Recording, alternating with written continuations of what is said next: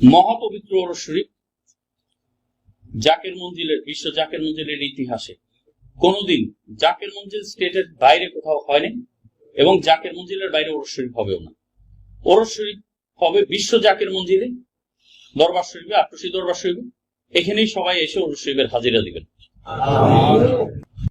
পীর কেবলাজানের ওরস শরীফ স্বতঃস্ফূর্ত ভাবে কিভাবে ঐক্যবদ্ধ থাকে, একসাথে এক মহব্বতের ধ্যান খেয়াল একদিকে দিয়ে কিভাবে ওরস শরীফ বাস্তবায়ন করা যায়, তার জন্য আপনারা প্রস্তুত হন।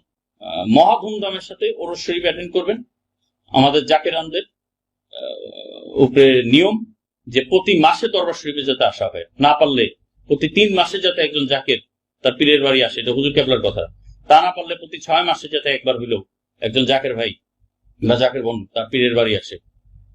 আর এখন তো না পারতে ওরস শরীফ যাতে কোনো জাকের ভাই বোন পারতে কাজা না করে, তো এই একদিনের জন্য হলেও ওরস শরীফে তবারক খেয়ে যাবেন, একদিনের জন্য হলেও পীর কেবলাজান হুজুরের রওজা শরীফ জিয়ারত করে যাবেন এবং এক রাত হলেও ইবাদত বন্দেগী করে যাবেন দরবার শরীফে। এতে সারাটা বছর আমি বিশ্বাস করি আমার দাদা হুজুরের দয়ায় ভালো যাবে।